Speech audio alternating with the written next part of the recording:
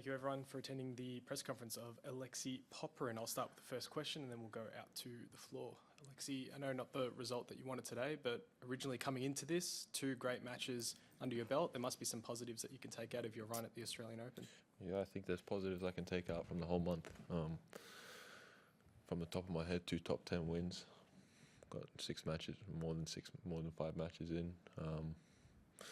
Yeah, for me, just the level that I played, the way that I competed is a huge difference from where I was 3-4 months ago when the season ended last year. Thank you. Questions, Scott? Alexei, how hard was Ben as an opponent? He seemed to just get better, find his rhythm as the match went on. Yeah, well, honestly, if this is the way he plays day in, day out, the guy's top 10 in 6 months. I don't think he could have played. Maybe he can play better than the way he played today, but if he continues playing the way he plays like this, then he's a force to be reckoned with, honestly. I think he hit the lines. He averages second serves at 190. Not much you can do in terms of attacking his second serve. Yeah, and if he plays like this, and it makes it even harder that he's a lefty. But I don't think I did much wrong. I think when I had my chances, he played them out.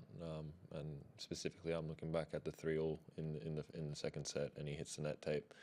And if that word had rolled onto the other side, onto his side, then I think things would have been a little bit different. So I would have probably relaxed a little bit, started holding my serve a bit easier, but you never know, honestly. The way he was playing, anything can happen, and he played great today, not taking anything away from him. There was a fair build-up to the match tonight, obviously, Alexei. Did that pressure help you, and also to the packed JohnCain Arena and the reaction from the crowd there? Did that put extra pressure on you, or did you build on that yourself? No, I won't lie. I was a little bit. This was probably the most nervous I was walking out onto the court. But I think that's to be expected, especially wanting to back up a win like I had against Taylor. And then the crowd there supporting you and the whole of Australia basically behind you, which is a feeling that is unbelievable. But at the same time, I put pressure on myself also, just thinking about it and trying to impress everybody and trying to get the result that everybody wants out of me. But yeah, honestly, I wouldn't change anything what's happened in the last month. I think I have had my best experiences as a professional player, and I've had a crowd chanting my name, and I've had the whole of Australia behind me, which is a feeling that I'll never forget, and hopefully I'll get more of. What do you walk away and practice now, given what you've done over the last month or so? What now do you need to work on to make that next step? Oh, mate, I'm more motivated than ever to just hit the training court when I get back. I'm going to take a few days off when I get back home. I don't know when that'll be because I have doubles with Marky Palmers tomorrow, so I'm going to just look forward to the doubles, and then when I get back home, mate, I'm gonna put my head down and I'm gonna work again. I want, like I said on court after the Fritz match, I want more of the feeling that I had after that match.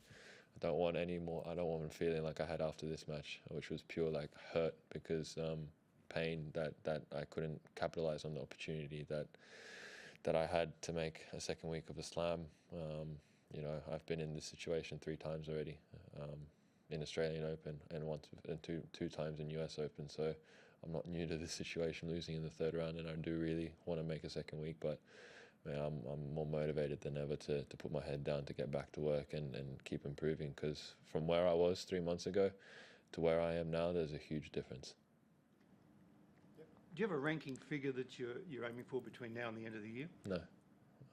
I'm the only figure I'm looking at is the amount of hours that I'm training.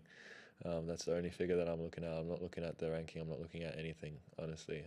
I looked at the ranking for the first time this year after this match to see where I was after this tour.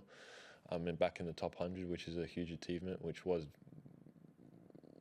low-key my goal at the start of the year, was after the Aussie trip to be back inside the top 100, and then I can build on from there. And that's what I did, and I did more than I expected. If you told me